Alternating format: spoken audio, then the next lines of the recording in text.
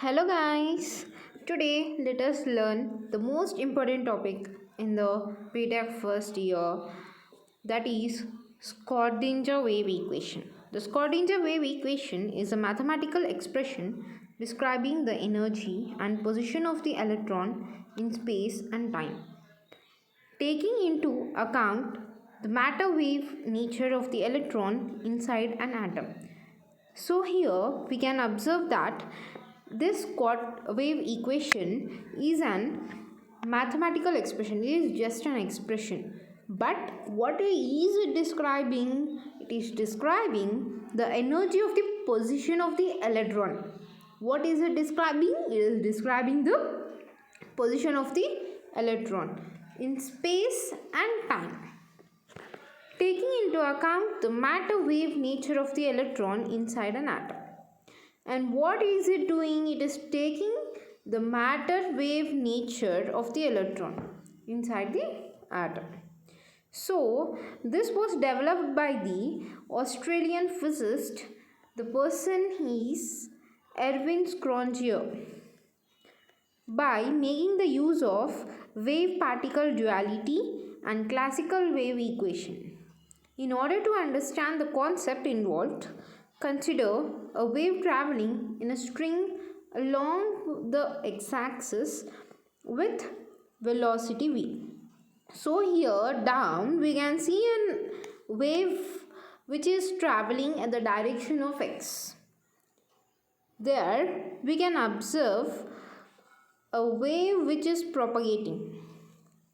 So here what did this Schrodinger has developed? He has developed the equation by making the duality. Actually, he has done this with the help of the behavior of the electrons and also with the Heisenberg uncertainty principle. But here we are talking just about the concept of this Schrodinger wave equation. So, if can we clearly see the amplitude? Here we can clearly see the amplitude at the time t. We can see the displacement, that is x, and we can see the equation. By this wave we can write the equation in this way, which is the equation number 1.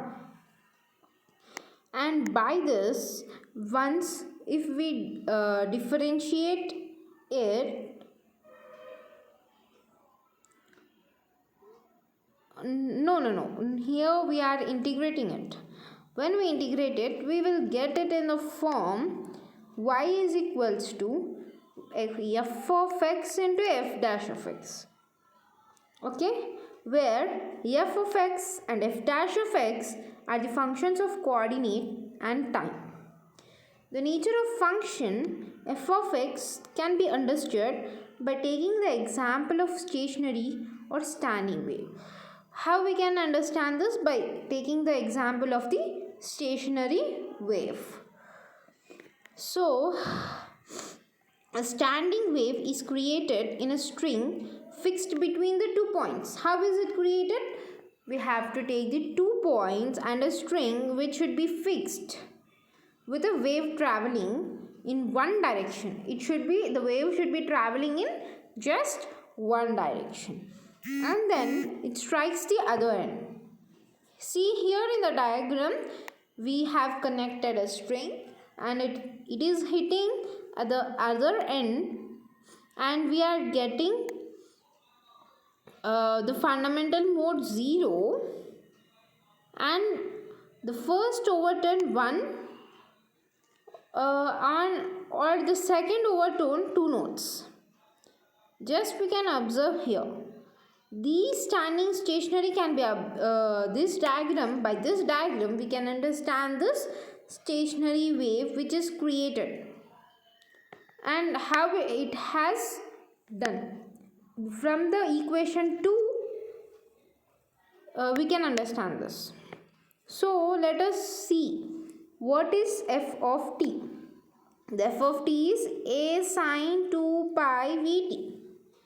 Here v is the frequency and f dash of t from the equation 2. By the equation 2, we are taking the f of t. F of t here is a sine 2 pi vt by the diagram given above. So where a is a constant, in this a is a constant and it is representing the maximum amplitude, v is a frequency, and f of t from equation 3 and 2 we can write y is equals to f of x into a sine 2 pi vt. We are substituting equation 3 in equation 2, then we will get this equation 4, and we are differentiating this equation 4, then we get dy by dx is equals to f of x into a 2 pi v cos 2 pi vt. By here a is a constant, so we are taking it aside, and 2 pi v, it is sine xt is equals to cos xt into x. So we by this formula we are getting this equation 5, and we are differentiating it again, then we get the equation 6 and 7. See here the equation number 6. Here after differentiating again, then dou square y by dou t square is equals to minus f of x. Why we are getting here minus f of x means, first we don't write it as minus. First let us take from equation number 5. First let us take f of x directly and a directly because it is a constant. Here 2 pi v, when we differentiated this 2 pi v cos 2 pi vt, this cos 2 pi vt is written as minus sine 2 pi vt into 2 pi v. So here from the equation number 5, 2 pi v and 2 pi v, when we multiply this 2 pi v with a minus, then we get this equation number 6. By this equation number 6, here we got f of x and f dash of t. So now differentiating equation number 2, here we can see the equation number 2, then we get dou I by dou x is equals to f dash of t into dou f of x by dou x. So when we differentiate it again, then we get dou square y by dou x square is equals to f dash of t into dou square f of x by dou x square. From equation 7 and equation number 9, here we are substituting this equation 7 and 9 in equation number 1. Then we get the equation number 10 here, which is we are observing.